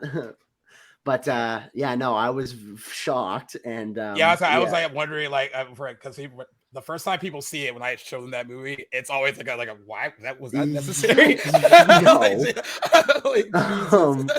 And then honestly, like, I like that there was an effort to kind of like make. Wait, was it the gun? Because remember at the end, like, there's an effort to kind of like take back that line and give it a new meaning. Oh, like, and then when the black people come into the store, and then like, but is it a guitar that he gets out, or is it the no? He gets the gun, right, and he gives it to them. Yeah. And I'm like, okay, like, cool. There's obviously like Eli Roth had a different. He had something planned for that line, but I'm like, I don't think that was funny. The payoff for it is that the guy's not really racist. He really meant it for like, those are his whatever. Right. But that is a long time to like wait for a joke to pay off. Yeah. like a really long, because like by the time he gets there, you're like, oh yeah, are you referencing something that happened like in the like near the beginning of the movie? Yeah. Like, okay. But yeah, you have to like you have to like have a lot of confidence, like throw that in there and then hope that like people will get it at the end. Like this is what this is supposed to be. But yeah, it's a long time. All shit hits the fan, and you're like supposed to remember this one moment from back then. But yet you do. Like, it was it's a very standout moment. But I also just kind of thought like that how he paid off that line at the end was like the humor was kind of just juvenile to me. Like, I just thought it was something Eli Roth probably found was funny. I was like, okay, like, yeah, it's funny, but like it's very like 8th grade funny. Yeah, I actually don't think. Yeah, I will say I don't. And it's just an opinion. I don't think it's as smart that situation, that whole like that joke, and then the payoff. Yeah, of it it's not. I don't think it's as smart as probably Eli Roth probably believed it was. Exactly. I'm sure that he thought that it was like kind of brilliant and kind of like 2002 white guy humor, and he probably thought it was very much so. And it's just really not. Yeah, but whatever. I just wonder. I mean, I imagine Eli Roth is probably. I was like, who is he most like in the movie? Like, if he had to like basically, I keep thinking he might be Bert. It's all regard. 2002 Eli Roth was Bert. Bert, yeah. Oh god, he was like hilarious. That's not funny, Bert. Yes, it is. You fucking slut. Like, it's just like so weird. Like, like why? That even so like unnecessary. Dude, the part when Karen first started like when they first seen that she was infected. Yeah, and they're like freaking out in the bathroom. He's like, "Get the fuck away from me, you bitch!" And I'm like, "Oh yeah, you bitch!" Like, it goes from like 0 to like 100, exactly. But like you said earlier, though, I think he is that's the most realistic reaction that I think most people would have if they were like, "Hey, like, get her away from me. I don't want to like." I mean, and in that regard, that's why I think that scene works overall too. Because like, because sometimes in movies like this, like, I mean, I love a lot of my friends. I don't know if I'd be like, no, we have to protect. I wouldn't want to touch you either. I'm like, well, you stand over there. Back there. And I would hope they would understand. Like, I would expect the same treatment. Yeah. Yeah, I mean, Karen does it. I mean, when that whole thing where she's like, "Fuck you guys," when they put her in the shed, I'm like, it's just great. Like, come on. I understand that response, but at the same time, I love you, but you gotta be the fuck away from me. You gotta be over there. I got a question for you guys too about this. So, yeah, shoot. I love 2000s horror. Like, that whole genre is some of the most wildest shit, because they were like, "Oh, well, here's an idea. All right, fuck it, just make it. Just make it. It'll work." Unprecedented time. Oh, it was so good. Like, you got movies like See No Evil that exist. I mean, and a sequel. So yeah, that's right. I forgot. But I haven't seen it, but yeah. Oh, it's so good. If you're a wrestler, fan, especially in it, right? Yeah. Yep, Kane. Kane or not Kane Hodder, but Kane. Yeah, no, Jason. Just Kane. Yeah. I think Kane Hodder's in the sequel, if I'm not mistaken, or I may be mixing it up with a later Hatchet movie. But oh god, Hatchet. That's right. Sorry. Oh god, I've seen that too. They actually get better as they go on, because I couldn't tell if that was like positive or not. Like, oh god, I've also seen no. Listen, you think Hatchet's wild? Watch Crowley, which is like the spin-off of the Hatchet spin-off, movies. yeah. There's a spin-off of the Hatchet movie called Crowley. Oh. It's about Victor Crowley from the Hatchet movies. Okay. Because they just decided we can't keep using Hatchet. Right. But so question regarding the quality of the movie. So I noticed this because like I have a love for the 2000s era of horror. Oh yeah. Especially the quality of it. I feel like it's got its own look and feel to it. I noticed with this movie that like the beginning half of this movie was, I would say, like the first 50 minutes of this movie was very 2000s in the way the quality was for it. However, when it hit nighttime after the absolutely comedic triple death scene that happened and it gets to like nighttime, I don't know why, but I've realized during this watching the quality, like, I don't know, something about like the way it was shot and everything reminded me so much of like 80s, early 90s, like slasher camp movies. Yeah. Like the way it was shot, the whole scene with him driving in the truck and the deer, like even when he's at like with the cop, who is the worst cop on the planet. my God. Deputy Winston. I forgot we haven't mentioned him. I was waiting for him to come up. He is a fan favorite. A lot of people. Yeah. Actually, that might be more like Eli Roth. We found Eli Roth. Yes. And none of them is the character Eli Roth played either. Oh, yeah. Deputy Winston's probably why so many studios passed up the script of this movie. Like, what the fuck is this guy doing in this movie? Yeah. Oh, there you are, the party animal. Yeah, you like to party. He says party like 20 times. Yeah. But like the quality for it, like, and I don't mean like overall quality, just like the cinematography for it. Yeah. I feel like turned very like Evil Dead, like late 80s, early 90s to it. And I was like, this is why I would love for it to look like this the entire time. But this is a weird change of pace for like it's the a different cinematography. like palette. The palette changes completely. That's a better way to put it. Yeah, at that point, it gets kind of like grainy, like a little bit. Like there's a lot of like, but it not in the bad way. It still looks good. It's just like the look of the movie totally changes once you get to that point of it. I didn't know if that was just me or like if anyone else noticed that too. But like it was just. Even like the way it was, because like the 80s movies used to do this thing where like, especially in horror, where like it would shoot like shoulder up, like the frame would be set like shoulder up to the person talking, and like it did that a few times, and I was like, what the fuck is going on? I was like, did I just download the wrong? Like, did I download like a bootleg at the end of this? Like, yeah, it was a 2002. Someone had a Sony like camcorder with them, like. I mean, it's possible he ran out of money. That is true. I'm sure as production, I would imagine this is probably a movie shot chronologically and on a slim budget.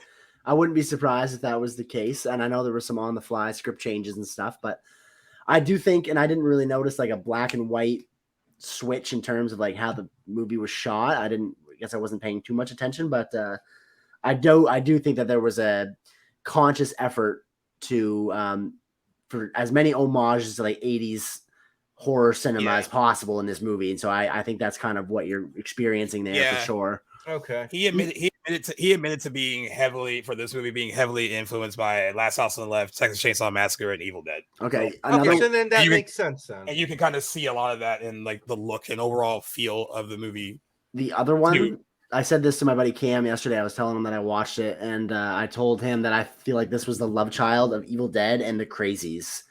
If they were to for like the bacterial, if they had a baby, Well, the ending of this movie kind of turned into the Crazies with the main character just was like, well, time to fuck around and kill everybody. Like he killed a bunch of people when he met up with the cop. Like one of the deaths was so Evil Dead. It's ridiculous. The accidental, like he went to go hit him with the guitar, missed, and like a piece of it broke and stabbed someone in the neck. I was like, one guy's got a harmonica in his throat.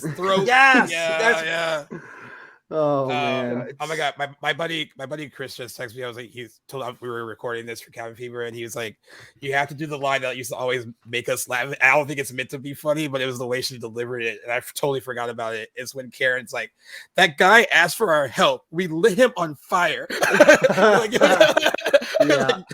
was just like that was like, awesome. I remember reading this Slack. It was like, I don't know if it's just like it was like a matter of fact, like, we kind of like overstepped. Maybe our reaction to this was extreme. They also accepted that they kind of killed that guy very quickly. Very quick. Yeah, like very quickly. Like, we did what we needed to do. It's like we did what we needed to do, and like and then Marcy's just talking about making her chili, and then like it goes back to like just being kind of like a normal like thing, even though like I think most of us would still be feeling that the next day, like we fucking killed someone last night. Like Karen's we should have a bigger reaction for sure. Yeah. Yeah. I just imagine one of the characters the next day is like, man, I can't believe we killed him. And stop being a little bitch about this. All right, we murdered the guy. It's done. Yeah, that's Bert's talking. That's Bert right there. I thought it was kind of I don't know about funny being the right word, but I thought it was strange, but it makes sense when you consider the budget. But like when the guy is on fire, you get like 3 seconds of him running towards the woods, and then the scene cuts, it's over. Like you don't get anything else, and like we know where he ends up. But I'm like, that was very abrupt.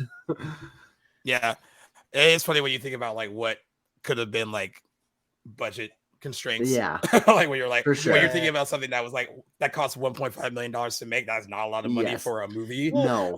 So yeah, and all that went to the effects, I'm sure. Yeah, pretty sure. Ryder Strong to get like a hefty paycheck. I thought for sure. You mentioned earlier about like the change near like the end. I feel like with Eli Roth too, like how we were saying about like how I was saying the 80 to 2000s change near the end about like budget money maybe running out and all. Yeah. I always think like with Eli Roth, where like he delivers some of the best work in the beginning of films, and then it really like peters out near the end, like the Green Inferno. That came to mind as soon as you said that. Dude, the beginning of Green Inferno, I was like, this is fucking great. And then it's like, after that, I'm like, they've been in this cage for 45 minutes. I've been in here with them. Yeah. What is, and then like, it's just like everything, the writing, the budget, all of it's like, oh, so you wasted it all in the plane crash. Yeah, okay. That's why 30 minutes later they're still in the goddamn cage. Right. Well, it's interesting because we brought this up at the beginning. And I guess it's a good time to talk about it because this, like I said, this movie made him like the next, like people declared him the next big thing in horror. And when I mentioned earlier, like we can say whether or not he lived up to that, and you guys were like, kind of maybe. Do you think he, as far as his career, like as a horror director and writer, like? It's kind like I think it's a little inconsistent and not really. I don't think he particularly all the way lived up to kind of what this promise was that we were promised with like Cabin Fever. Even though I do like Hostel, but I think when I think of Eli Roth, I really think of those two movies. I think of Cabin Fever and Hostel, and then there's kind of like everything else that's kind of like choppy and all over the place. What's weird is when I think of Eli Roth, immediately I actually think of him in Inglourious Bastards. Yeah, he comes to mind for that too. Yeah, but other than like, I'm looking at his movies here, like Cabin Fever and Hostel. That like, I mean, Green Inferno. Oh, he directed his own remake of Cabin Fever. Oh no, he wrote it. They use the same script for the remake, and it's somehow not good. So really. When did the remake come out, and who's behind 2016. that? 2016, yeah. I don't know if I ever knew that. Have it here. And they made like there's also a sequel, I think, to it as well. The Cabin Fever that was made as well. There's a sequel to the original one. Cabin Fever, yeah. It's called Spring Fever. Yeah, exactly. Spring Fever, yeah. I will say some of the posters for the 2016 Cabin Fever, awesome posters. Awesome posters. I think the poster of the OG is awesome. So they had a big shoes to fill. But Gaius, when you say they use the same script for the remake, you mean like the dialogue is verbatim the same? Yeah, it's the same, but the execution is somehow worse. Okay. It's like kind of like Gus Van Sant's Psycho. Yeah, they psychoed it. Yeah. Okay, that is so strange. I gotta look that up. Quick thing, so I'm looking at Eli Roth here now.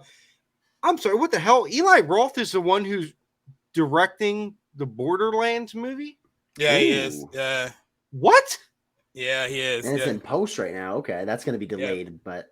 Yeah, it's going to be delayed. The thing I'm most surprised about in his filmography is he did that movie with Jack Black a few years ago, The House with a Clock in Its Walls. Like, that is so not Eli Roth at all. It's the most mainstreamy of Eli Roth's movies, probably. Yeah, I mean, if you can kind of think of like, I mean, it's still kind of weird, but like kids. It's movie. A PG, like it's a kids movie. Kate Blanchett is in it. Like that is crazy. Yeah. Kyle MacLachlan is in it. That's awesome. I thought so. He has a movie that he produced only. He didn't do the other shit for it. Called Clown, which is awesome.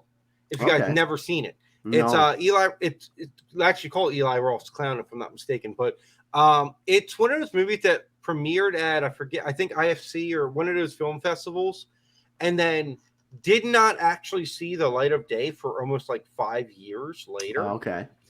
Came out. It's about a dad who like decides to just, he's a real estate agent, never had time for his kids and family, blah blah, and then decides instead of hiring a clown, he found a clown costume in an old trunk, and he puts it on, and then he ends up like he can't take it off. Okay, it sounds like a haunted mask from Goosebumps. Yes, Yeah, but it's really fucked up. And then you find out that like it's actually pronounced cloyne, and it's like a clown demon thing that like he's becoming, and he acts like it's wild. It sounds wild, like Eli Roth. The most Eli Roth thing ever. If you guys don't mind me spoiling a thing for this movie, not at all. There's a part where he's just like, he realizes he can't take the nose off, like he's becoming more like it. He's starting to become this demon. So he goes to shoot himself in the head, and instead it's just a bunch of confetti comes out the back of it. It's great. Like the whole movie, cinematography is awesome. The plot, very end near like the halfway point. Like when they try to, like some horror movies, it's great until they try to make sense of it. Mm-hmm. Then it's like, I would have rather you not explain anything and just kept at the pace you're at. But like there's a like 15-minute point where there's like, we got to ex machina some bullshit here. Right. And I'm just like, that's Eli Roth right there. That was Eli Roth with the ex machina shit. I do love Eli Roth's love of the genre, though. Yeah. When you hear him talk about horror movies, like you can tell it's like basically like one of us talking about horror movies. Exactly. Like, he's an aficionado. He is a true fan of it, and like you can tell like he knows what he's talking about. Like, so I respect like that part. Yeah. To get back to your question, the horror series was really good. I would love to watch that. To get back to your question though, Gaius, I definitely don't think he lived up to the promise of being like the next big thing in horror. I think like he had a shot with this, and then immediately after Hostel and even the sequel. But yeah, beyond that, I think he starts to sputter out, and too much time between projects. I think too. Like I think Saul shut him down. Honestly, probably. I think after Hostel 1 and 2 was starting to compete with Saul, and then we hit that whole like 4 or 5 year stretch where everything was where they were coming out, and then Saul was coming out every Halloween. Yeah, I'm surprised he didn't do the third Hostel, which I would have thought he did all three, but that's odd. Yeah, but like I do think that I personally think Saul kind of not shot him in the foot, but I feel like he took a second to try to like separate himself from like Saul from Hostel, because clearly Hostel was trying to be like his series. Cabin Fever was like his debut, right? And then Hostel was like, okay, let's make a franchise, like potential franchise, series. But then Saul was just so much Saul that it was like, well, I need to try to figure something out to gain some ground, and then he just didn't end up. And he never really did. Yeah, I mean, it's cool to think that like. To think about like having that much momentum out of like a film festival like the Toronto Film Festival with Cabin Fever, and then being like, oh, like this guy is a unique voice in the horror genre, and then I guess you kind of like it.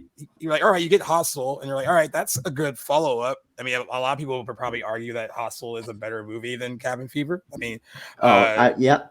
As and that because it is a pretty much more of a straightforward horror movie. There's not a lot of like whereas a Cabin Fever, there's a lot of like.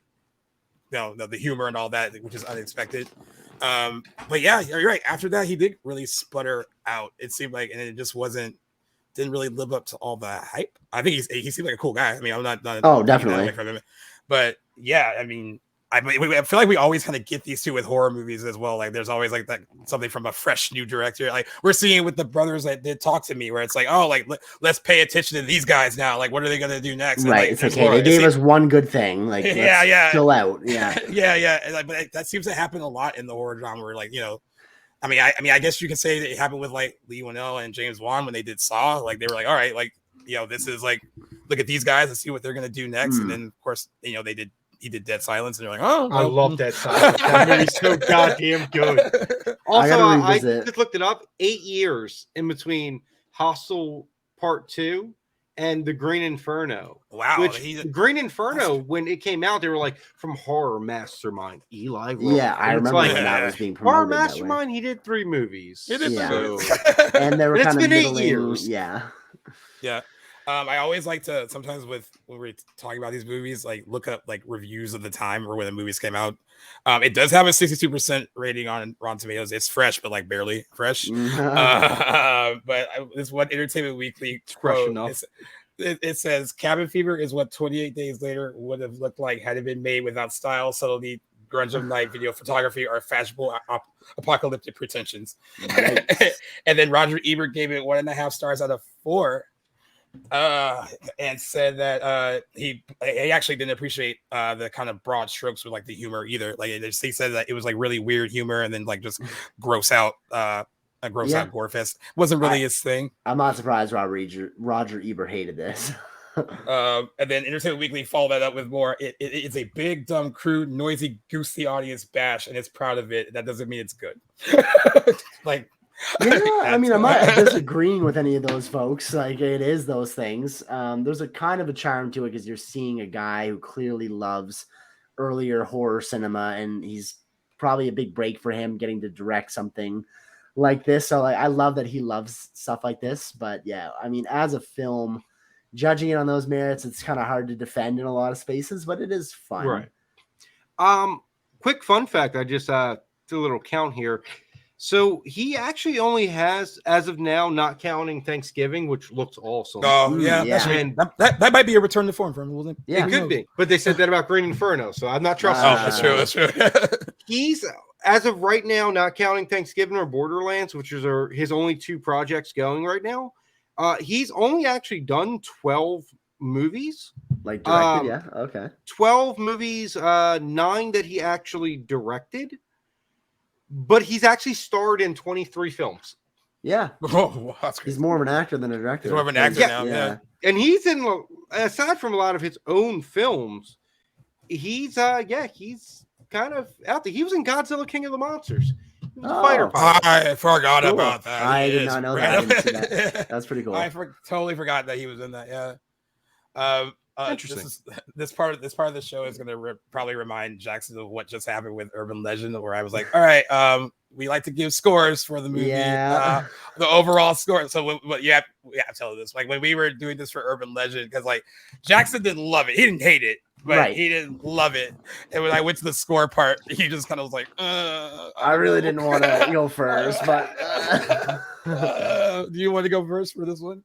Yeah, sure, I don't mind. This one, it's funny. Like, I think my immediate reaction after watching this yesterday was negative, and I'm like, had to get out of my own ass for a second and be like, hey, like, obviously it wasn't what I expected. That doesn't mean the movie's bad. Like, I just started appreciating some other things about it, and now I'm sitting somewhere in like the 6.5 range because it's fun. It's obviously a lot of things. It's a horror comedy, I think, at heart. And I think it does that well, if not unorthodox. Yeah. And yeah, it's a junior effort. It's his very first movie. You got to give him credit. He stretches that $1.5 million budget and does a lot of good things with it. I like definitely impressive effects wise. To work with someone like Greg Nicotero in your first movie, I think is pretty impressive. That's huge. Yeah. Yeah. And like most of my quips with the movie, like aren't even really his fault. So yeah, I think this is like a 6.5. I would watch it again. And see what I glean from it. I think I would probably enjoy it more on rewatch, especially knowing what I'm getting into. Knowing what you got, know what it is. Yeah. Yeah. But I think even though I rated it higher than I rated Urban Legend, I almost want to say Urban Legend is a better film, but it just didn't do it for me in some spots. But yeah, 6.5 probably out of 10 where I'm sitting with this one right now.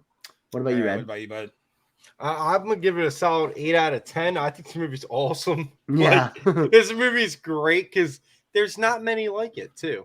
Like that. There you go. We hit a weird pause on like the body dysmorphia horror thing where it's not like super elevated, and you got to kind of, the infection represents some deep subconscious shit. Like no, it's like so the water's infected. They're all infected. Here's your movie, and I'm like, let's do this shit. I love movies that spoon feed it to you. There's not much like of a deeper meaning. I mean, it could be like stuff about how we view things in society, like where people were misunderstood and all that stuff, like how they kind of view people and all that. Like, but it's not heavy-handed, really. No, so you can right, apply that to the movie if you want. It's not necessarily Right. him telling you this is what it is, but yeah, there's Right. stuff to pick up in it if you look.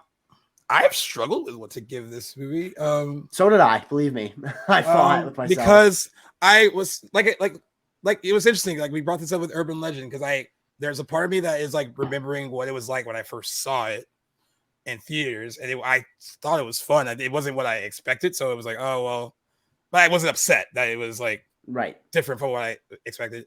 And then I was watching. I watched it during COVID, and that was like a different experience of watching it because it was like we were kind of in that frame of mind, and like it was an interesting movie to watch, like when we were in the middle of a pandemic, so that it hit differently then. And then watching it for this, I kind of go with your score, Jackson, but I don't. There's things that I love and I think are handled really well. And as a horror film, I think it's very unique too. I think it's like, and it's, especially for like a debut, I think it's pretty solid overall. Exactly, and I agree with that completely. But I had to ask myself again, even though I've seen the movie a handful of times, like, do I think the humor is totally executed well and mixed in with like the more like bare bones like horror plot, which is what the description we read at the beginning of introducing the movie, which on paper sounds like that could just be a great movie on its own without the added bits of humor. Right. The humor doesn't all totally work. There's like, of course, there's funny lines. We all talked about all the stuff that Bert was saying. Like that stuff's funny. Yes. But I don't think the humor that the transitions don't. That some of them are very jarring. So it takes me out of it a little bit when I was watching it for this, but I still get enjoyment from it. Like this isn't like a bad 6.5. It's like I would still like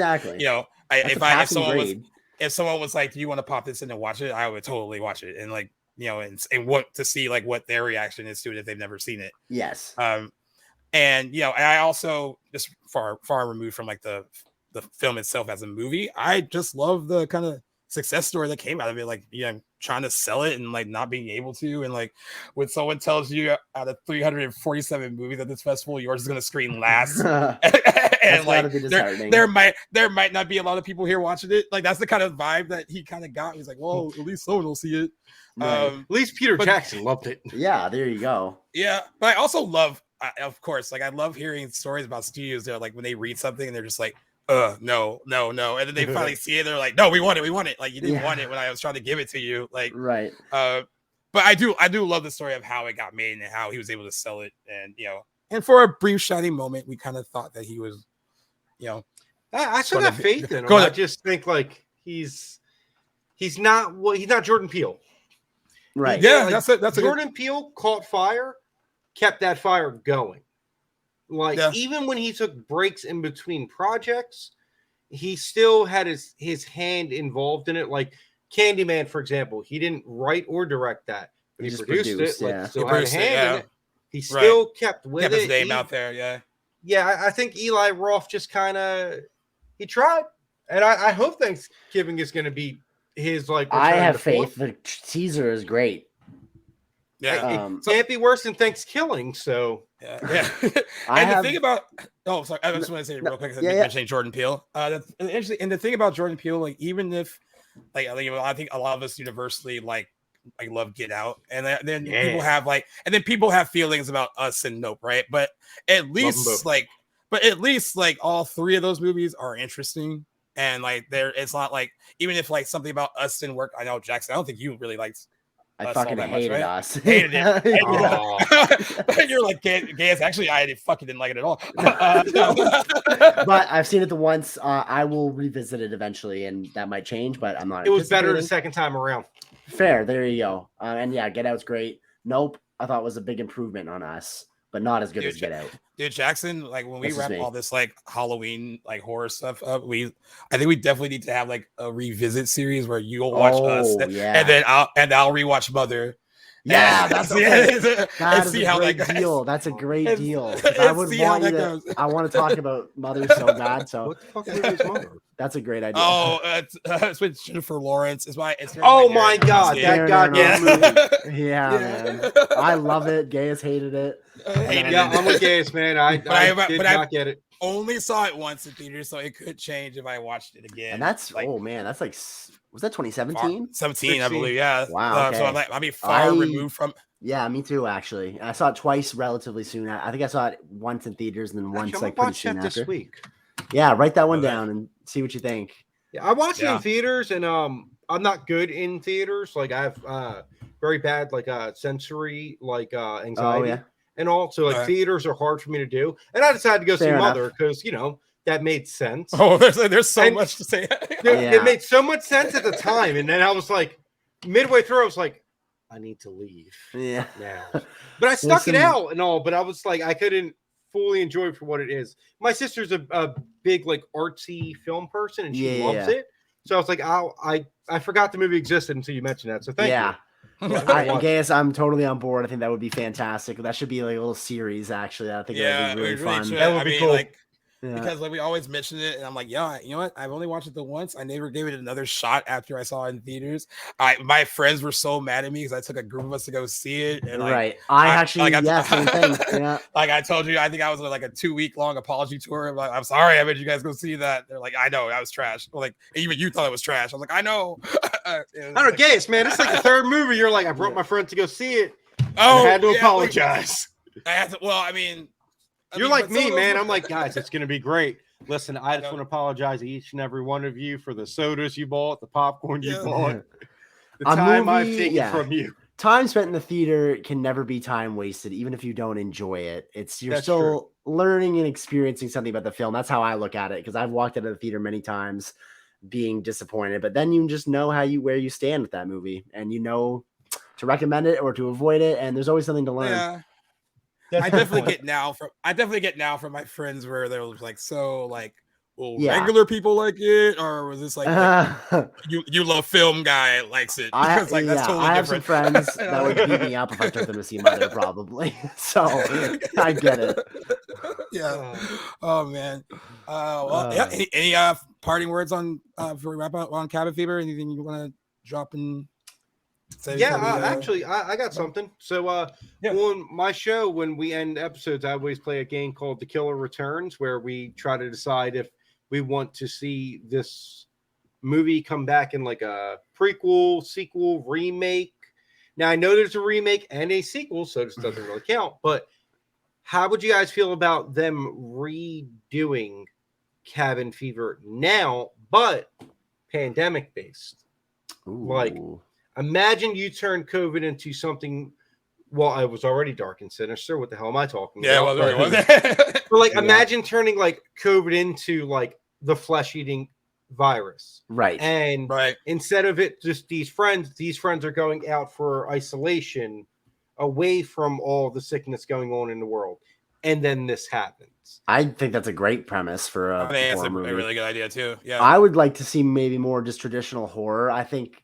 In the right hands, the same thing. A horror comedy, it's just such a gamble, and like this, where it was so inconsistent, I think it'd be just better to do a traditional horror. I think that would be a fantastic, and that probably one that would resonate with a lot of audiences. I bet you that would be a very popular movie if it was made. So I would be totally on board with that. Obviously, you have to make some differences. I wouldn't want a carbon copy remake, but I think you could have some fun with that premise for sure. I'd be on board. Gaius? I agree. If it was rebooted, I would want to be rebooted as like just a straight horror film and dropping the comedy. Not saying there can't be levity, and of course there'll be like funny lines of dialogue and all that stuff, but like the more like broad strokes of humor that Cabin Fever has, like I would want that not to be in a reboot and just have it be like a straight horror film. And it's so funny, like because we were doing Urban Legend, like the parallels of us talking about like what we were saying when I brought up that they were going to reboot that at one point, and I was like, I wouldn't mind a reboot of Urban Legend because, like I said, there is a good idea in there that maybe another filmmaker could really flesh out and make an even better movie. And I think I think that should be the same thing with like Cabin Fever, where if you drop like the weird humor and just like made it just like genuinely like frightening like horror film. I would actually like to see that as a reboot, minus pancakes and taekwondo. Yeah, exactly. Thank you for saying that. As much as it adds to the charm of this movie and it's going to be memorable, it's like I can do without it. Yeah. Yeah, for sure. Well, man, Red, thank you for joining us on this episode of Back to the Box episode and talking about Cabin Fever. This is the part of the show now where we're going to let you sell yourself, plug yourself, whatever you want to talk about, and let listeners know where they can find you. This is your time to shine. All right, plugging in. I have been Red Fox, host of Super Slash Bros podcast. We talk all that spooky shit, do movie reviews. We have a fun series, which I absolutely have to have you lads on for. It's called Fear and Beer. It's where I have just a list of, we pick a topic. So it'd be like zombies, vampires, werewolves. We talk about movies around there. I ask you a bunch of hypothetical questions. We did one for Shark Week. And like, it was just as an example of how fun this gets. We were trying to decide if you could take on one giant shark or 100 sharks with baby legs all jumping over your boat. But like, it's fun stuff like that. We pick a theme, and then like I ask a bunch of hypotheticals about it. We talk about movies related to it. We have a zombie one coming up, for example.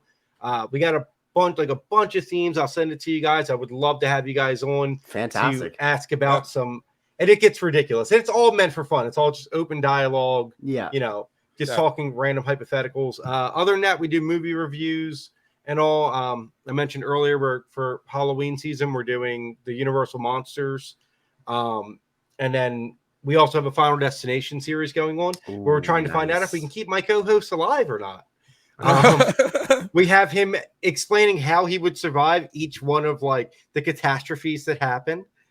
And then at the end, we have a scorecard going for him of how many times he has died during out this series. Okay. So far, he's good. He's 3-5 right now, so he's good. Nice. Yeah, that's a great series too. I love the Final Destinations. Yeah, I was gonna bring that up to you, Jackson. I was like, I don't think we've ever like talked about those. If we liked, if you liked it, or if like I liked it. Oh yeah, like, big fan of that series. It's such a huge horror fan. Yeah, I love all of them. And I don't own any of them. I got to look out for those. Got them all Blu-ray. Nice. There you go. Movies. Yeah. My buddy Chris is like, they're fun, but there's only like one good one. Like the first one's a good film, and then the rest of them are like, how many fun ways can you watch people die? Right. I think that's what makes them good. Yeah, that's what makes them good. The first one's probably the best, but I don't necessarily think that others diminish in quality. There's just something different about the first. I don't know. It has more of a charm. I can never. I still vividly remember the moment when Home Chick got hit by the bus, and then everyone in the theater was just like we felt it in our soul. Yeah, I was like, whoa, I was not expecting that. No. Yeah, okay, and there's like nervous laughter because it's kind of funny. You can't tell like you should be laughing at it, but like you're like, oh god, that was ridiculous. But here's my thing: because we just released that the first episode of that series. Death didn't kill her. Natural selection did, because you just walked into the middle of a busy street. Fair got enough. hit by death. You cheated death because that was not his design. Okay, nature took you out. I agree. But like later on in the series, it's great because they find more inventive ways to like. It's like they'll show you 8 different things. I'm like, oh my god, he can die by any of this. Nope, didn't see any of it. A golf ball got shot from a lawnmower and through your eyeball. There you go. That was the death. Well, you know what the power of that franchise, like we all have the same reaction because of Final Destination 2. Like none of us wants to drive behind a log truck. A log truck. That is completely ruined that for like that everyone. Is referenced like on a monthly basis, I think, around here, because there's a lot of timber in New Brunswick, and so log trucks. Oh, you're all in New over Brunswick? The place. Yeah. Yeah. Oh, man. yeah. You live that fear every day. My God. People that have never seen a single Final Destination movie know where that they fear know comes that. from. Yeah. So that's right. That's and the power roller coasters of from the third one too is a big one. Yeah. Love that series. We should jump on those sometime. Yeah, for sure. All right. All right. Jackson, wrap us on up. Okay, guys. For those still listening, thank you so much for joining us on episode 123 of Back to the Blockbuster. This has been us and our good friend Red Fox joining us talking about Cabin Fever 2003. Great Eli Roth debut. If you haven't seen it, I guess it mostly comes recommend from us, although it's a little bit, for the most part, I think. It's been a blast, though. Welcome. It's been a lot of fun chatting with you, Red Fox, about this movie. Thank you. Always a pleasure. Guys, you guys know the drill now, but if there's any new fans listening, you guys know you can find us anywhere on social media or where you get your podcasts at Back to the Blockbuster. And more recently on the playlist app for iPhone users in the iOS store. Find us there too. And yeah, episode 123 done. Looking forward. Stay tuned for some more Tales of Horror series coming at you for the rest of September and into October. And Gaius, I'll see you soon, my friend. You guys take care of yourselves. All right, later. Boom.